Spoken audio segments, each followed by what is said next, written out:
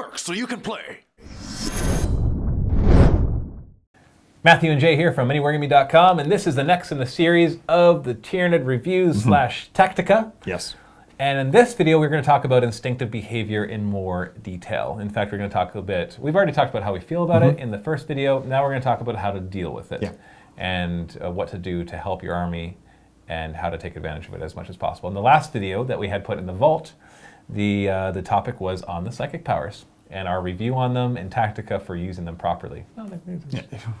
Yeah. That's a summary of the video. Yeah. But if you want the full video, of course, you can join the vault if you're not a vault member, and you can see it there. And of course, the next video after this one will also be in the vault because it's every other one. So there'll be a link in the description below. If you don't have a vault membership, just click on it. It'll bring you to the trial page, and you can sign up for a free 7-day trial and watch even more of these Tactica. So if you're enjoying these Tactica and reviews, if you enjoy your battle reports, you can get pretty much twice as much as everything by becoming a vault member. Plus you get extra things like the quick tips and painted tutorials and behind the scenes and an awesome sauce badge. That's a figurative thing. You don't actually get anything in the mail. Oh. No awesome sauce badge actually appears in the mail. It's a fine effect. And end vault advertisement. Right. So instinctive behavior. We already talked about the fact that it's like, oh, this sucks. Yeah. And oh, why do I have to look up charts? But let's just forget about that for now. All right. Let's go. Our review of it was like, yeah, it needed to be changed, but not like this. No. Finish review. Now let's talk about how to deal with it. So, Jay, in your games, how have you found how have you found instinctive behavior to work against you, and how have you dealt with it? Basically, the way I've been dealing with it's been nerfing my guys. The thing is, I basically now whenever I move a unit, I always try to buddy it somehow with a synapse creature. Or at least in a group. In a group, right? I basically right now I keep my army in one giant cluster. And it's also great for cover saves as well. For the venom throws, as well. But you'll see in all my battle reports, I'm running in one giant cluster. Or what I'll typically do is sometimes I'll slingshot my Hive Tyrant head so he can provide synapse. Everyone can go up behind him and keep synapse basically. Because now with the new instinctive behaviors, you got to keep in mind synapse ranges. It becomes so important. There's no situation really where being out of synapse is a good thing. That's what I find. There could, like I know when you look at the numbers, there could be a situation. Especially like alone Carnifex without shooting attacks, being out of synapse would be okay. He has to charge the nearest thing, but you have a 1 in 6 chance of rolling the fact that he'll have rage, and that would be kind of cool. Yeah. I think it's rage. Yeah, he gets rage. But 1 in 6 chance of it actually doing something for you. And he's already fearless, so like, whatever. But yeah, I don't know. It's just they're bad overall. I've yet to try Old One Eye, but some people have recommended running Old One Eye because he does increase the leadership check, leadership of anything within and around him. You know, by that'll 2. help for instinctive behavior, but he's no real substitute for a synapse. He is not. Because his leadership is what, 8? 8. So he makes Gaunt's 8, for example. Which is nice. Yeah. It goes from 6 to 8. That's a good buff. But that's about it. Yeah, I basically, it's just the buddy system to me. I keep everything close, and once the synapse creatures are dead, you pretty much look at your opponent and say, good game. Well, if you build your army properly, though, in order for them to kill all the synapse creatures, they've pretty much killed your army. So let's talk about that for a second. Let's say you're building a 2,000-point list. Yes. We're not going to talk about the whole list in general or in detail, but let's talk about how many synapse creatures would you bring, and what would they look like? Like which creatures do you enjoy bringing for synapse? Which ones would I bring? Like go through the different slots, HQ troops and all that. Sure. The only synapse creatures are available in. Are there? Yes, there's actually heavy.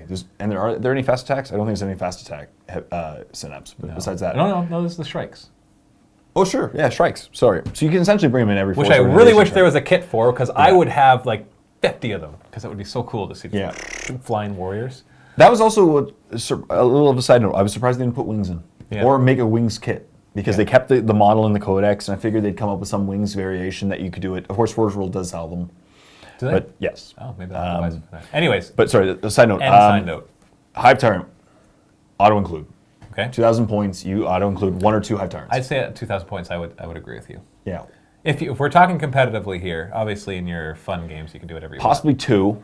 I have run 2, and I've enjoyed it. Yeah, 2 flying Hive Tyrants at that. The other option is I really like the Tyranid Prime attached to a large squad of warriors. because as I mentioned, he's the only independent character. You can protect him. He's the only HQ that they can't literally pick out from a and you shoot can give down. your Hive Tyrant guard, but then you don't really want to give him wings. Yeah. Which is not necessarily a bad thing, because in every game that I've brought the Hive Tyrant with double Twin Devours, he's done the same thing. He's flown forward, blasted something to obliteration, and then died. And that's a serious loss, because he's almost 300 points for one thing. He's a Synapse creature. He's heavy firepower. Yep. And he's just too easy to kill, which I'm okay with. I don't have a balance problem with the Hive Tyrant. I think flying monsters creatures are cool. They're way better than flyers because they seem more balanced, because they're points wise they're more expensive. But you can actually shoot them down. Yeah. You don't have to just rely on Skyfire to do something to them. But anyways, so I'm going to be. It's funny enough because I just got another Flying Hive Tyrant painted up. But I'm going to be experimenting more with Hive Tyrants on the ground. At least one of them surrounded by Tyrant Guard.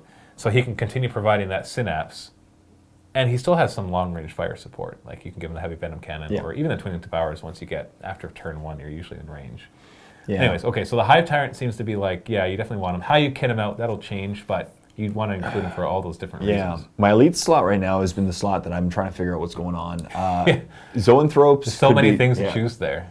Well, to me, the three are Zoanthropes, Hive Guard, and Venomthropes, right? And it depends on how many points you want to take. Lictors even now have a place. Lictors do have a place depending on what your army is, yes. Yeah. I agree. And if you're going for double Moloch, you're going to want Lictors. But we're not going to talk about that. No. That's in a different one. I'm not a big fan of the Trigon Prime right now. So hold on. Let's go back to the elites. Sure. Would you take the Zoanthropes? If I could. But the thing is, it depends on the list. I like the Venomthropes for cover, and I prefer the Hive Guard for shooting. So you bring 2 units of Hive Guard then? I would bring 2 units of Hive Guard and Venomthropes if possible. Yeah. Now this is assuming you don't go double Force Org. Yes. At that point, it kind of opens it up that you can bring whatever you want. So we're assuming 1 Force Org slot here. No Synapse in the elite section. 1999. And then right now I've been taking Turvagons are still viable troops, but they're really not good. But they are Synapse, and there's a 6-wound monstrous creature that you can give you can give them the basic psychic power, which is an 18-inch range, and leadership 10. They're going to use it. They're going to get it most of the time. Oh, exactly. And 11 out of 12 times. Exactly. So 11 out of 12 times they're going to get it, and they'll be fine, and that can keep your army in coherency. The other option is Warriors, because they're their own Synapse creature. They don't. So hold on. Would you recommend a Turvagon? No. Well, if you want to take them, take them. They're, as I said, they're still, in my opinion, they're probably the second most viable troops option for survivability. Survivability, yes. Yeah. But would you bring them in a competitive game? In a competitive game?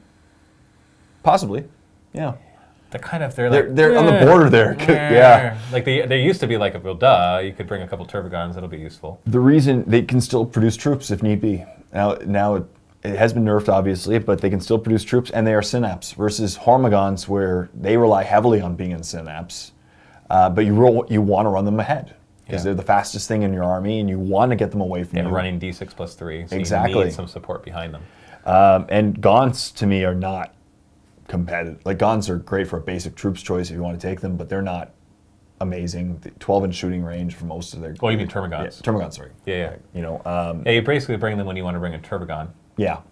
And then as far as that, and then that's the troops, basically. Rather than there's Rippers. But. So hold on, we didn't talk about Warriors very much, though. Oh, sorry. Warriors, the problem is with Warriors is toughness 4, 3 wounds, and only a 4-up save. So you got to use them in combination with Venomthropes or in cover. And if you run against an army that can ignore cover, you're in trouble. But the problem is with a 4-up save, and I know there's not as many tough strength 8 guns as there used to be, or people aren't running them as much, but in the competitive scene, there are a few things that will just eat right through them. So Tau will be a fun uphill battle. Any strength 5 AP4 stuff will shoot right through them. Like Necrons have access to that pretty well. And anything that's strength 8 or higher. Now, usually things that are strength 8 or higher are only hitting once or twice. And so they're not as big an issue as you would think. But, yeah. That's... And then what about the Trigon Prime? That's our other option. I'm not a big fan of the Trigon Prime, only because he takes up force organization shards from the Heavy. Yes. He used to be... Heavy is probably even higher priority than elites. He used to be a really heavy-hitting dude because he gets 5 or 6 attacks, hitting on 3s, re-roll. But he lost his re-rolls. He has an extra attack now because he has 2 sets of Scything Talons. But he lost an attack. But he lost an attack. So he doesn't have an extra attack. I know. And then he doesn't get his rerolls. So he is okay. If I wanted to take something random, I'd probably put him in there. He's decent, but he takes up the same slots now as Molochs, which are so much more cheaper, and Carnifexes. And Tyrannifexes. And Tyrannifexes. Yeah, they got much cheaper too. Yeah. Yeah, Tyrannifexes are still a very viable heavy support choice. And they all have 6 wounds, or sorry, Tyrannifexes and Trigons as well. Both 6 wounds, and both toughness 6, and I don't know. Yeah, when I look at it, to me, the obvious choices are your Hive Tyrants and your Warriors. To me, before I barely ever brought Warriors because they just didn't have much utility and Synapse wasn't as big a deal. Now I will probably, almost always bring Warriors, even when I'm just playing for fun and not competitively, because it's not fun to play a game where you lose your Synapse really quickly. Yeah. Because then you just lose control of your army and it's done. And so I'm almost always going to bring 1 or 2 squads of, at least min squads of Warriors. On top of that, I've been starting to play with Warriors with Bone Swords and Scything Talons, and I am loving them. Just absolutely, I give them Adrenal Glands, they get Fleet, and Furious Charge, so Strength 5 on the charge, AP 3 weapons, that insta-kill on 6s when you roll a wound, and I sometimes even splurge and give them Toxin Sacks on top of that, so then they're re-rolling. It's just beautiful. I love them. My favorite combination right now that I'm running them with is either, not really Scything Talons, but if you have the points, Bone Swords, Devourers, Toxin Sacks, and with a Prime. Yeah. Because they're now weapon skill, so they're now ballistic skill 4 and weapon skill 6. So they're hitting on 3s, shooting 3 times. Shooting 3 times and hitting on 3s as well and shooting. But in close combat they're hitting on 3s, wounding on 4s, possibly with rerolls, instant death on 6s. Yeah, the re-rolling with that 6 is a big difference. Really nasty. Because it gives you more opportunities to roll 6s. It's kind of like the Gene Stealers, how when you bring Gene Stealers, you almost always have to give them Toxin Sacks because the 6s are rending. And the reroll doesn't just let you hit more. Yeah. It actually gives you a higher than average number of 6s. And so in some ways, you actually don't want to be hitting, you want to be winning on 4 pluses or 5 pluses because it gives you more opportunities. Depending on what you're up against. Like with Warriors, it's all about the 6s up against like swarms. It's like Scarab Swarms and stuff. You want to insta-kill them. Or if you're up against some big creatures, you almost want to be winning on 5s.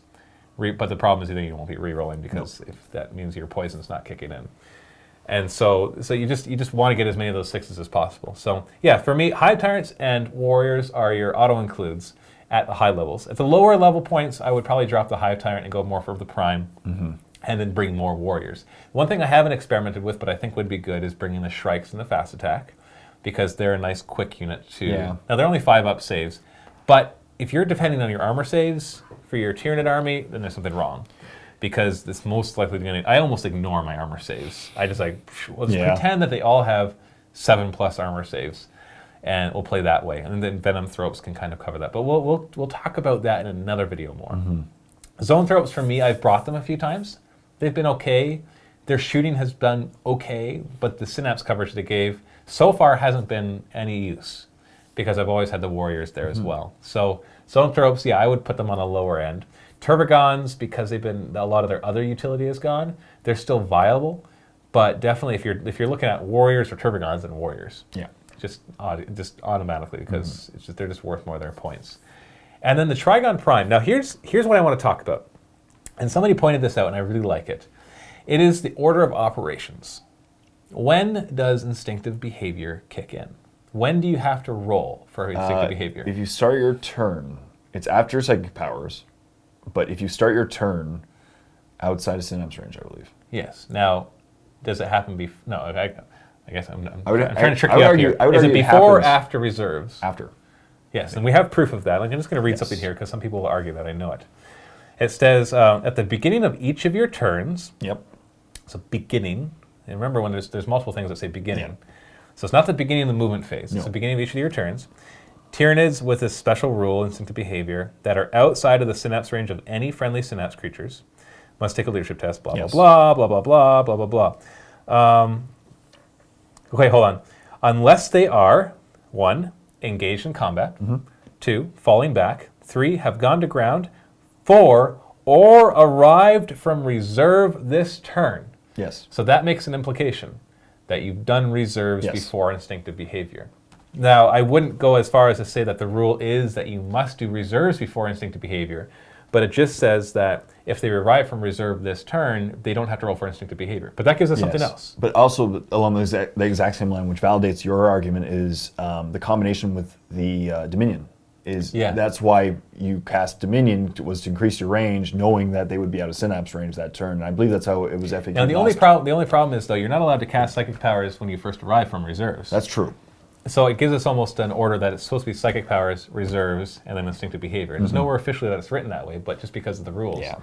And so the cool thing about this, and this is where the Trigon Prime starts to get useful, or at least in situations, is he is a synapse creature that arrives from reserves.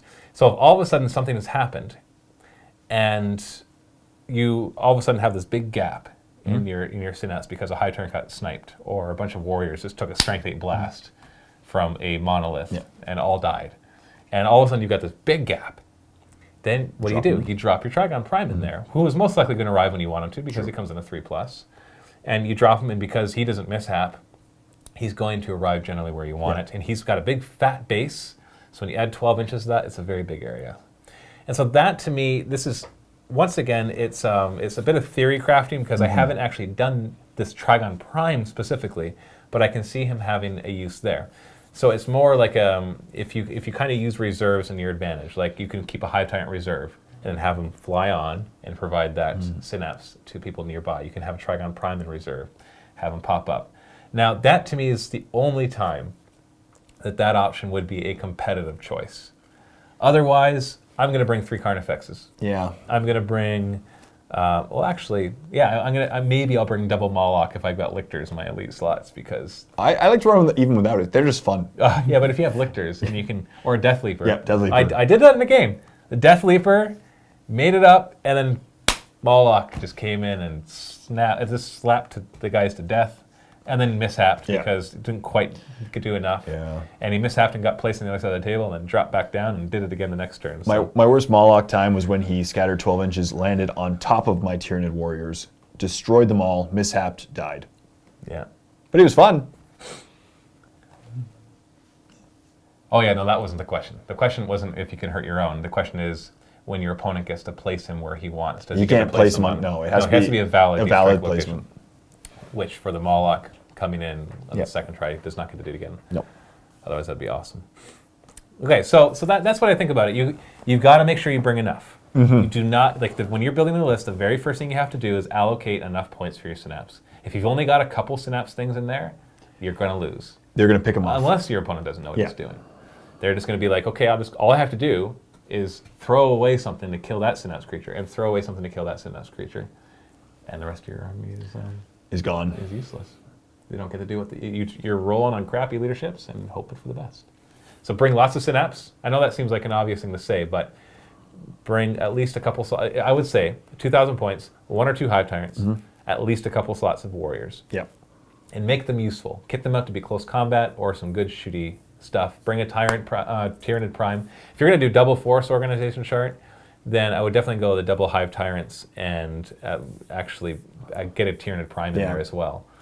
And then you could bring the Trigon Prime if you wanted. Yeah, although at that point, at 2,000 points, you're already going to be eating through a lot of your points. So you're going to want to save that for things like Carnifexes or Carnifexes. I don't know if we discussed, do we discuss Tervagons as HQs? No. What do you think of them as HQs? Now, in a small game, they're as useful as HQs as they are as troops. Yeah, I'd say, well, they're much cheaper as HQs. Because you don't need to bring squads of 30. Yeah, but 30 Termagants can still do something, right? So it's not like you just paid the extra 120 points for it, because those 30 Termagants could actually cause some problems. I just like in small games, because then they can produce troops, and it's anything in a small game. Oh, okay, small games, it kind of throws everything out the window, because if you're in a 500-point game, if you bring a Termagon, you're a jerk. Yeah. That's all there is to it. That's an Owen move, yeah. That's not nice, but maybe true. Yeah. We love you, Owen. If you're watching this. Is this free or vault? No, this is free. Yeah, he might be watching. Yeah. Anyway, so that's all we're going to talk about for instinctive behavior. So don't neglect it. It is too important. It is like the linchpin of your entire army. and have fun with it, because it's what the Tyranids are all about. They're all about the hive mentality, so they need to act like a hive and work together as a hive. This is Matthew and Jay from MiniWarGaming. Stay tuned for more Tyranid, Tactica, and reviews. The next one, of course, will be in the vault. It'll be a link in the video description below. Happy wargaming.